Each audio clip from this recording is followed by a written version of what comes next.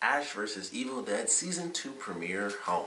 This episode started the season off with a typically gruesome bang. I really enjoyed the opening. They're actually in Jacksonville. And they've been there, they've been having fun. Ash, he splits a keg open with the chainsaw and sprays beer everywhere. As he said, he didn't know if it was weird sexy or weird, or weird crazy, I think he said, with the mother-daughter duo and stuff. But the trio's kind of enjoying themselves. Everything's normal for them. But just before that, we have our opening scene with Ruby, who now has pink hair, and I'm very curious if they're going to have an explanation as to what made her dye the top of her hair like that. But she's running, and she has to deal with, as Ash put it, the creepy kids. They grew up into I guess creepy adults, and she has to deal with them, and she realizes, for whatever reason, Ash is her only hope. He's meant to be the savior, the destructor of all the deadites. So she has to find a way to summon him, and the way to do that is to send, I guess lesser deadites after him, because she knew that the trio would be able to take care of themselves. Despite the fact that that caused at least that one dude for sure, the bartender, to just completely get decimated. Like, he was just completely destroyed. But they end up going to Ash's hometown of Elk Grove, Michigan, and it was pretty fun. We get sort of the Ashy Slashy thing. We get to meet his dad. We get to find out that basically after the movies, and also him coming back from medieval times, he was kind of thrown into this weird situation where people were like, oh, he killed his friends, which it was super campy, and it was very Evil Dead-like, because I'm like, they're all like, oh yeah, he chopped his friends up, and they made a song about him. But no one talked about how he went to jail for life for killing a bunch of people. None of that. It was like, oh, he chopped his friends up, and that was it. And he got a little creepy song about him that he didn't like. So I'm like, that's interesting, because you have a song where everyone thinks you killed a bunch of people, but nothing happened to you. You're just totally fine. So I thought that was funny. I honestly thought that kind of fit in line with just the Evil Dead style, and it just being really silly. So I actually kind of enjoyed that part of it. But he goes in, and especially the scene in the bar, and he sees everybody, and it's like, oh, everyone's feeling really weird about it, and everyone, it's all hush hush and stuff, except for this one woman who, she's in a bunch of stuff. She's in the show Blind Spot right now as a main character. So I thought that was interesting that she was in this, and she was recently in Daredevil Season 2. So I was like, oh, here she is in another show. But, she comes up and he's like, oh, he's super attracted to her, and he was making fun of the current sheriff of the town, who is going to show up again, because they showed him freaking out over something during the thing, the little recap of showing what's going to happen this season. So we're going to get to see more of the characters in the town. We're going to get to see more of Ash's dad, who was freaking hilarious. That was probably the funniest scene in the whole episode, when they actually met his dad. And him talking to them and saying, he's even more racist than Ash, but it was super funny. And he was like, the first thing he says to Pablo is like, oh, do you have a green card, kid? And I was like, wow, he's even more racist than Ash is. And then he's like, he wants Ash to leave. He was like, tell the foreigner to get out of here. And he was like, Kelly, would you like to have dinner with me and stuff? So he was super racist, but he was also funny, and it kind of fit in line. But I like what they did with this episode. They brought back some cool stuff from the last season. They brought back, the kind of creepy kid reference. They brought back a ton of stuff for Pablo in this first episode, with him actually having visions all throughout their time in Jacksonville. And now we get to see some of those in this premiere, where ever since the book, was on him, he now has these crazy nightmares and crazy visions and stuff, and it's kind of messing with him. So I'm excited to see where they take that. They kind of had a reference. I think it was just meant to be a normal Deadite thing, but the clone Kelly thing I thought was at least somewhat a callback to when she was possessed, because it was the evil version of her. And I was like, I feel like that could be something that they bring up, where the Deadites try to use that against her, where she was, just an evil version of her over and over. And Pablo just flat out being taken over by the book could be his thing from the last season that carries over. But love what we got to see. I love, I guess, the creepy adults now. I don't know what to call them. But I love them. I thought they were super sweet. And just the visuals for that. And I knew they were like that from the trailer. But the way they, jump into the wall, and you can still kind of see them, but they crawl away and stuff, and jump into the shadow and crawl up walls and stuff. And I was like, that's actually really sweet.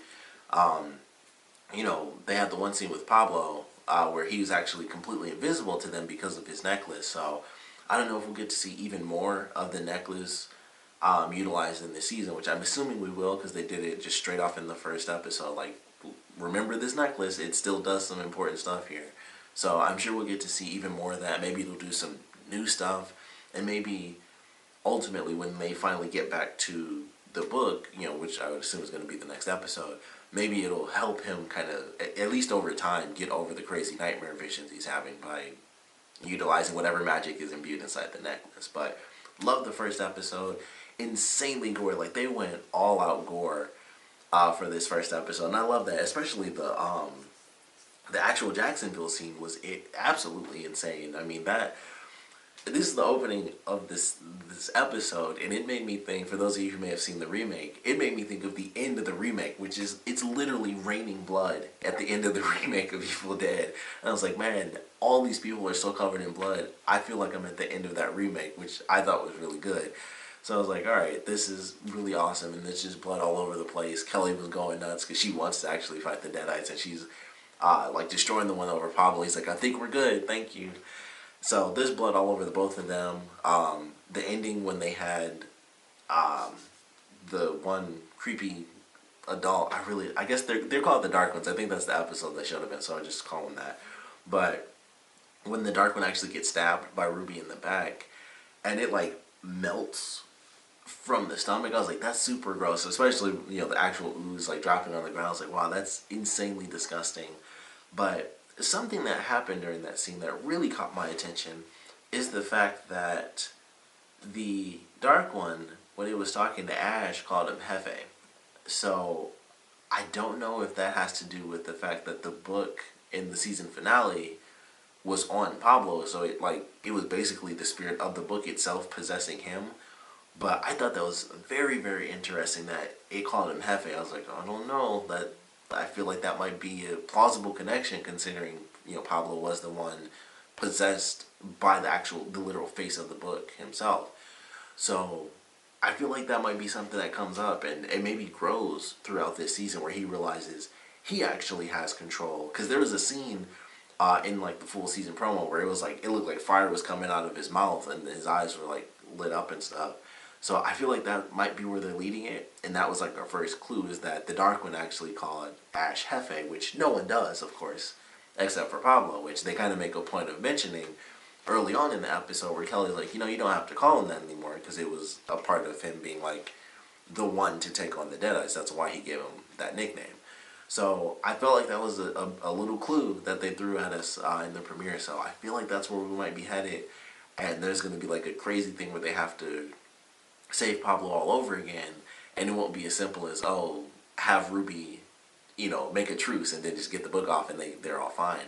It's going to be something a little different. So I'm excited to see where it goes. All the demons and stuff are now coming after Ruby, so that kind of has me really excited to see where they go now as a quartet. So that should be pretty fun.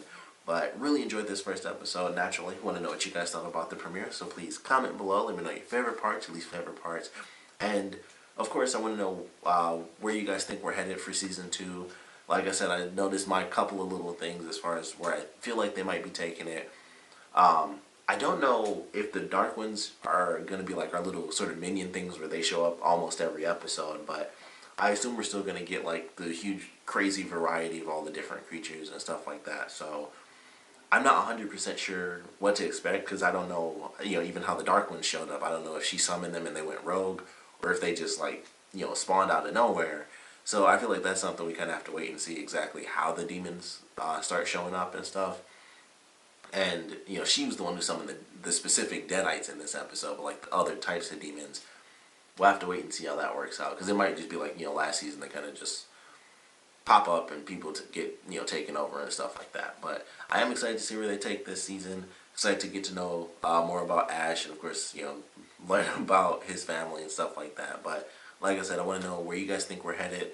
What speculations you guys have based on what we saw in this episode, and of course what you guys thought about the episode in general. There was one random thing that I wanted to mention because it just popped into my head.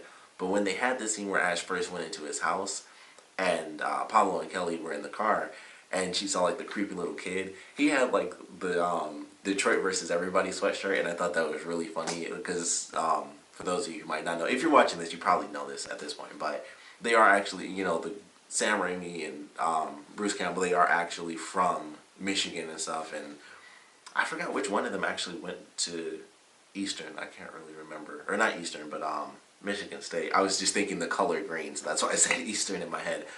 But I can't remember which one of them or if it was both of them or not. But that's why it's like, Michigan State, and they did that in the remake as well. It's like, because one of them went there. I can't remember, like I said, if it was both, but they actually are from Michigan and stuff like that. So just wanted to mention that they always throw in their little city things, like aside from the fact that they talk about the different cities and stuff. They actually mentioned Detroit, or at least showed Detroit in this episode. So I thought that was actually kind of funny, and I wanted to mention that for people who live in Michigan, because that's one of the things I love about the show.